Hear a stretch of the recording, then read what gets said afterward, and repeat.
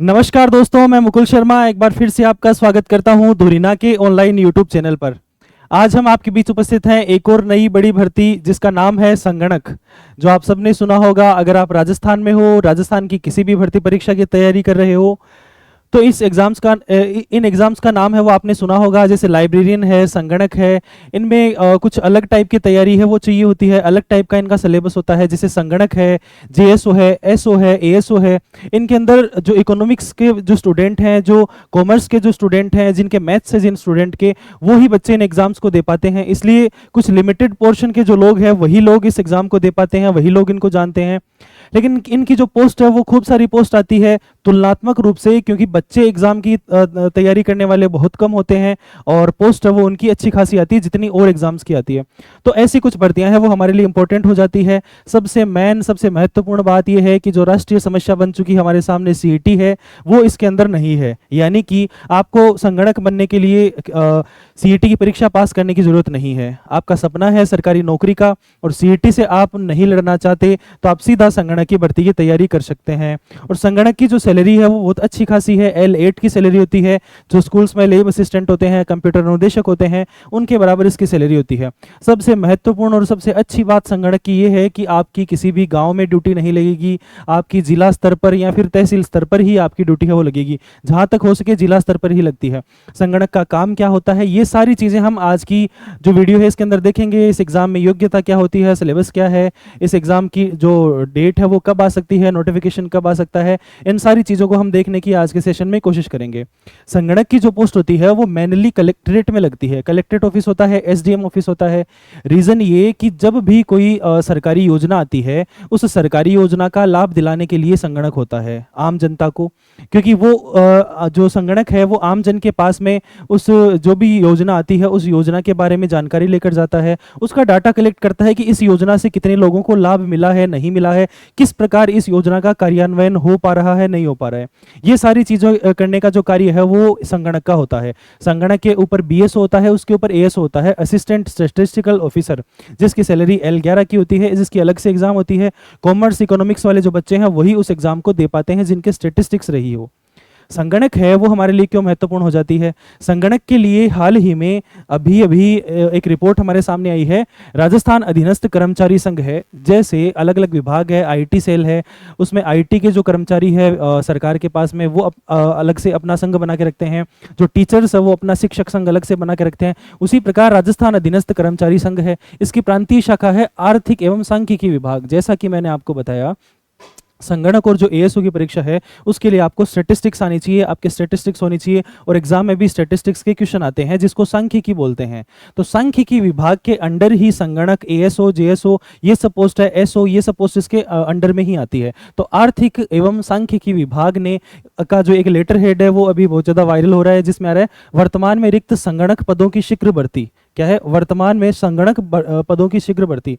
अब ये क्यों आ रहा है, इसके हम पूरा पढ़ने की कोशिश करते हैं। उपयुक्त विषयांतर्गत निवेदन है कि संघ के ध्यान में आया है कि राज्य के अधिकतर जिलों में, देखो मैंने आपको बताया जो नौकरी है ये जिले में ही लगती है, और अधिकतर जिलों में संगणक के जो पद हैं वो रिक्त है, जिससे कि आम जन को राज्य सरकार की महत्वपूर्ण योजनाओं का संचालन सुचारू रूप से नहीं हो पा रहा है। मैंने आपको बताया संगणक का कार्य क्या होता है, और यहाँ पर भी वही बात लिखी गई है कि कुछ जिले ऐसे हैं जहाँ पर योजनाओं का संचालन सही से नहीं हो पा रहा है, क्योंकि उसका जो कार्य है, कोई भी योजना सरकार जारी करती है तो उस योजना को जनता तक पहुंचाने का कार्य संगणक करता है।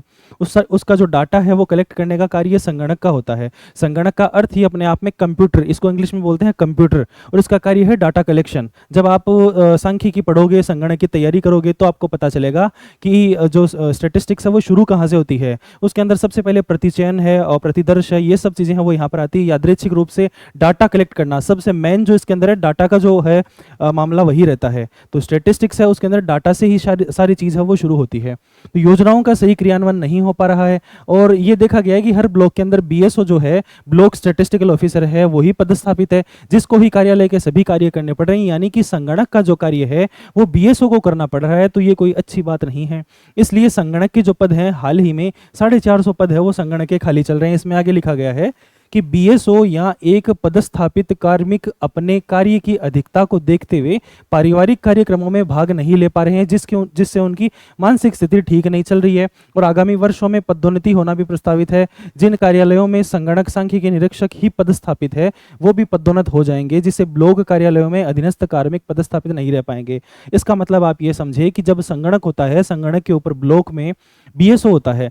फिलहाल संगणक की जो पोस्ट है वो खाली चल रही है, 450 पोस्ट खाली है पूरे राजस्थान में विभिन्न जिलों में।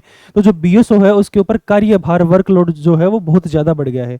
वर्कलोड बढ़ जाने के कारण वो अपने पारिवारिक कार्यों में नहीं जा पा रहे हैं। ये सब ब्ला ब्ला चीज़ें इसके अंदर लिखी गई है। तो उनकी पारिवारिक जो समय है वो अपने लिए नहीं निकाल पा रहे हैं, उससे उनकी मानसिक स्थिति भी खराब रह रही है। इससे बचने के लिए हमें क्या करना है कि संगणक की पोस्ट आपको निकालनी चाहिए। ये कौन बोल रहा है हमारे पास में? राजस्थान अधीनस्थ कर्मचारी संघ बोल रहा है कि आपको संगणक की पोस्ट वो निकालनी चाहिए। वर्तमान में संगणक की लगभग 450 पद वो खाली है, जिसके कारण आमजन की योजनाओं को त्वरित लाभ मिलने से वंचित रह जाएंगे। तो इन पोस्ट को संगणक को आपको भरना चाहिए। ये बात यहाँ पर लिखी गई है राजस्थान अधीनस्थ कर्मचारी संघ की। तो कभी भी ऐसा हो सकता है कि इसकी जो वैकेंसी आपके पास में देखने को संगणक की मिल सकती है 2026 के एंड तक, क्योंकि ये जो भर्ती है लास्ट 2023 में आई थी। लगभग 3 साल इसको कंप्लीट हो चुके हैं। 3 साल यानी कि 3 मार्च 2023 को एग्जाम हुई थी।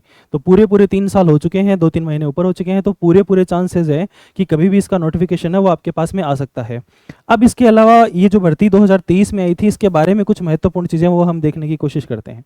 ये जो वैकेंसी आई थी 2023 की हमारे सामने यहाँ पर है, 512 पोस्ट आई थी, 71 और थी इसके अंदर, और 583 टोटल पोस्ट हो गई थी। ये तो गैर अनुसूचित क्षेत्र से है, ये अनुसूचित क्षेत्र से है। अब आगे हमें क्या देखना है इसके अंदर, जो कि हम हर नोटिफिकेशन के अंदर देखते हैं। आगे हमें जो चीज़ें देखनी है, हमारे लायक जो चीज़ें हैं, जो एज वगैरह है, वो हम इसके अंदर देखने की कोशिश करते हैं। अगला जो पॉइंट है, जो हमारे काम का जो पॉइंट है, वो है वेतनमान। 5 नंबर का पॉइंट हमारे सामने दिया गया है, वेतनमान, कि आपका नौकरी लगने के बाद में आपका वेतन क्या होगा। तो वो हम देखते हैं। इसमें यहाँ पर लिखा गया है पे मैट्रिक्स लेवल 8। क्या लिखा गया है? पे मैट्रिक्स लेवल 8। ये पिछले 4-5 वीडियोज़ में मैं आपको बता चुका। राजस्थान में जो सैलरी है वो पहले अब एल के हिसाब से चलती है। L1 से लेकर L16-17 तक जाती है, सबसे बड़ी पोस्ट होती है। RS में L14 होता है। इसके अलावा जो पहले है ग्रेड पे सिस्टम चलता था यहाँ पर, वही अभी चेंज हो गया है एल के फॉर्म में। कभी किसी दिन फुर्सत से आपको एक पूरी क्लास इसको लेकर आएंगे, राजस्थान में वेतन किस प्रकार कर्मचारियों को दिया जाता है, पूरा चार्ट आपको अच्छे से समझाया जाएगा, पूरी कैलकुलेशन आपको अच्छे से समझाई जाएगी। ये जो भर्ती है आपकी संगणक की, पे मैट्रिक्स लेवल L8 है। L8 ही आपका किसका होता है? जो कंप्यूटर अनुदेशक की भर्ती आ रखी है उनका होता है, लेब असिस्टेंट का होता है। L8 की जो सैलरी होती है वो इन हैंड सैलरी लगभग 42,000 रुपये होती है। लगभग 42,000 रुपये है वो आपकी इन हैंड सैलरी रहेगी। ठीक है, मतलब कटकुटा के आपके पास में 40-42,000 रुपये, जो कि एक बहुत अच्छी सैलरी मानी जाती है। पात्रता इसके लिए क्या रहेगी? इसके लिए पात्रता अगर हम देखना चाहें, पात्रता एवं शैक्षणिक योग्यता 6 नंबर का पॉइंट हमारे पास में लिखा है। मैंने आपको बताया कि आपकी इकोनॉमिक्स होनी चाहिए, मैथ्स होनी चाहिए और आपके स्टैटिस्टिक्स होनी चाहिए। पहला ही पॉइंट यहाँ पर लिखा गया है, किसी मान्यता प्राप्त विश्वविद्यालय से गणित, मैथ्स आ गई, स्टैटिस्टिक्स सांख्यिकी आ गई, इकोनॉमिक्स यानी अर्थशास्त्र आ गई, में से कम किसी एक विषय के साथ में स्नातक उपाधि।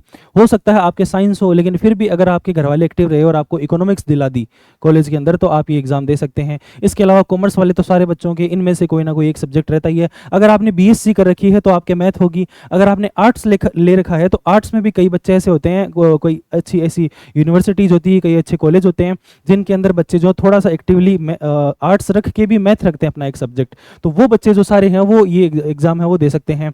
इसके अलावा बाकी या लगा के बारी सारी चीज़ें हैं वो इसके अंदर दी गई है। मोटा मोटी कुल मिला के जो मैंने चीज़ें आपको बताई वो यही है कि इन तीनों में से कोई सी एक जो डिग्री है आपके पास में वो होनी चाहिए, एक सब्जेक्ट है वो आपका डिग्री के अंदर होना चाहिए। इसके अलावा आगे और कौन से पॉइंट अपने काम के हैं वो हम देखने की कोशिश करते हैं। राष्ट्रीयता, आयु यहाँ पर लिखी गई है। आयु के बारे में मैं आपको बहुत सारे नोटिफिकेशन के अंदर बता चुका कि इसमें लिखा गया है 18 से 40, और ये कब कंसिडर की जाती है? ये नोटिफिकेशन मैं आपको दिखा रहा हूँ 2023 का। यहाँ पे लिखा गया है 1 जनवरी 2024, यानी कि मैं आपको ये चीज़ बहुत बार बता चुका, जब भी नोटिफिकेशन आता है, मान लीजिए 2026 में नोटिफिकेशन आए संगणक का, तो एज कब से कंसिडर की जाएगी? 1 जनवरी 2027। ठीक है, 1 जनवरी 2027 तक आप 18 साल कंप्लीट कर चुके हो। दूसरी चीज़, आप 40 साल से बड़े नहीं हो। ठीक है, तो जब भी नोटिफिकेशन, जिस भी वर्ष नोटिफिकेशन आता है, उसके अगला जो वर्ष होता है उसकी 1 जनवरी डेट ली जाती है, और वो यहाँ पर जो लिखा गया है 18 से 40, आप 18 से छोटे नहीं होने चाहिए और 40 से बड़े नहीं होने चाहिए। ये है आपको एज यहाँ पर कंसिडर की जाती है। ये हमने देखा 8 नंबर पॉइंट आपकी आयु का। इसके अलावा और हम पॉइंट देखते हैं हमारे लिए उपयोगी कौन कौन से हैं। नियुक्ति की अयोग्यताएं जैसे सामान्य पॉइंट है वो यहाँ पर लिखे गए हैं। अभी हम इसका सिलेबस और पेपर पैटर्न है वो देखने की कोशिश करते हैं।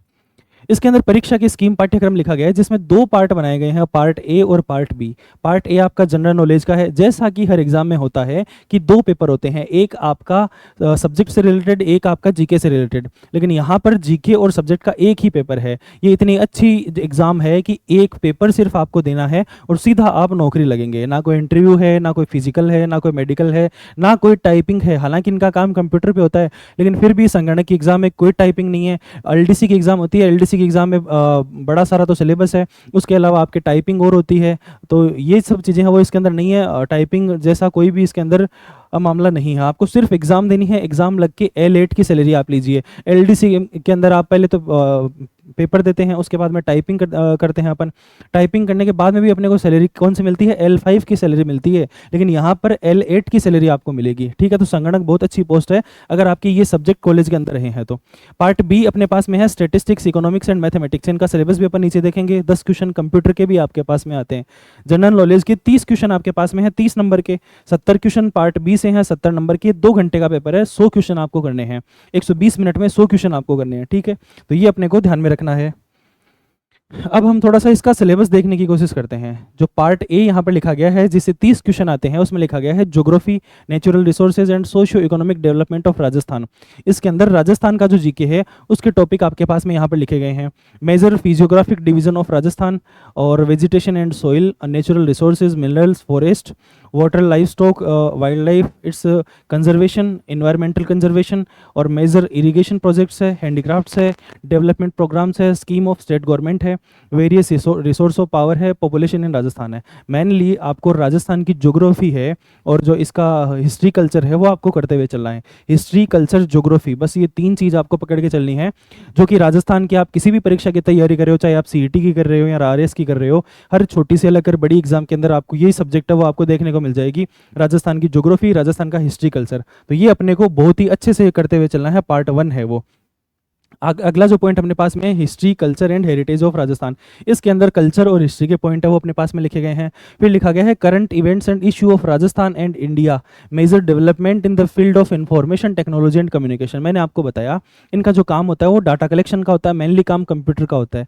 टाइपिंग आपके नहीं है, लेकिन कंप्यूटर के क्वेश्चन पार्ट बी में आपको अलग से 10 क्वेश्चन देखने को मिलेंगे। लेकिन यहाँ पर करंट अफेयर्स जो लिखा गया है, करंट अफेयर्स के अंदर भी आपको जो करंट किस चीज़ से रिलेटेड पढ़ना है, मेनली यहाँ पर लिखा गया है कि development in the field of information technology and communication, ICT से रिलेटेड जो भी नवाचार हो रहे हैं, नए नए ऐप बन रहे हैं, नई नई साइट्स बन रही है, कुछ भी पोर्टल बन रहे हैं सरकार के, तो करंट की अगर आप जब करंट पढ़ रहे हो संगणक के लिए लास्ट 6 मंथ का, तो आपको ज़्यादा जोर किन चीज़ों पर देना है, जो भी पोर्टल है, नवाचार है, वो टेक्निकल चीज़ों में जो सरकार ने किए हैं, करंट में उन चीज़ों पर आपको ज़्यादा ध्यान देना है।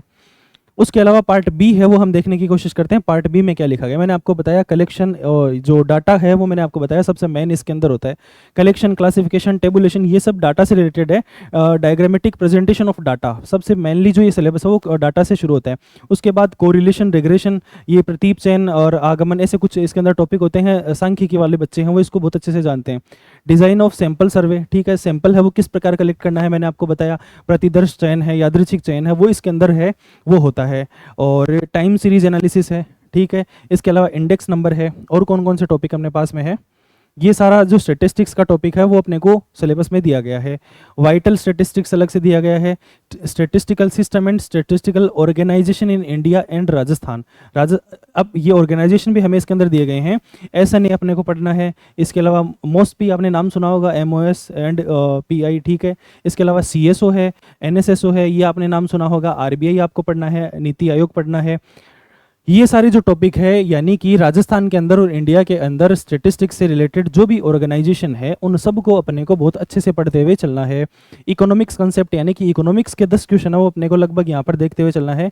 इकोनॉमी ऑफ राजस्थान, ठीक है। इकोनॉमिक्स के इन दोनों के मिला के लगभग 10 क्वेश्चन आपको पार्ट बी के अंदर देखने को मिलेंगे।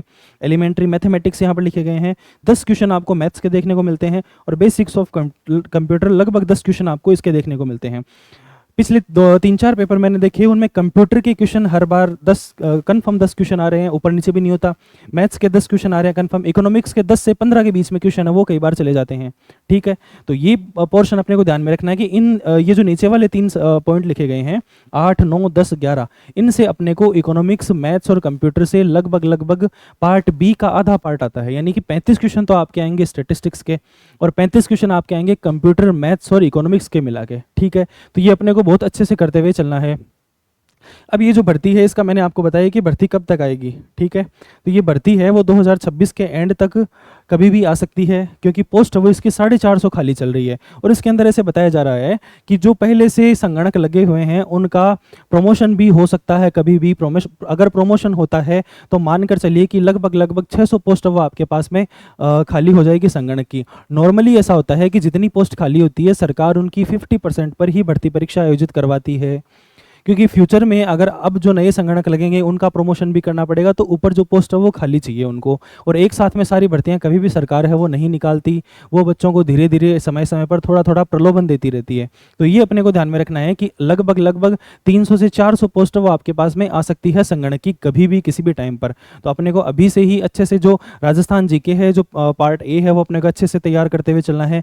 कंप्यूटर और मैथ्स है वो अपने को अभी साथ साथ करते हुए चलनी है, ताकि अपना जो बेसिक है वो बहुत अच्छा स्ट्रॉन्ग रहे। लगभग 50 जो क्वेश्चन है 50% पार्ट जो पेपर का है वो वैकेंसी आने के पहले ही अपना बहुत अच्छा सा तैयार रहे। उसके बाद में जब भी अपने को 4 से 5 महीने मिलेंगे तब अब बहुत अच्छे से संगणक की तैयारी है वो कर सकते हैं। बहुत अच्छी नौकरी है, बिना सीईटी के है आपके, ना कोई टाइपिंग है ना कोई और लफड़ा है।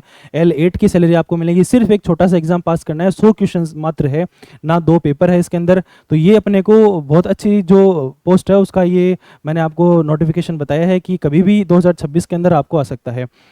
बहुत अच्छे से आपको इसकी तैयारी करते हुए चलनी है। तो आज के लिए इतना ही, मिलते हैं किसी नेक्स्ट सेशन में बहुत ही अच्छी सी किसी और एग्जाम के नोटिफिकेशन के साथ में। आज के लिए इतना ही, धन्यवाद।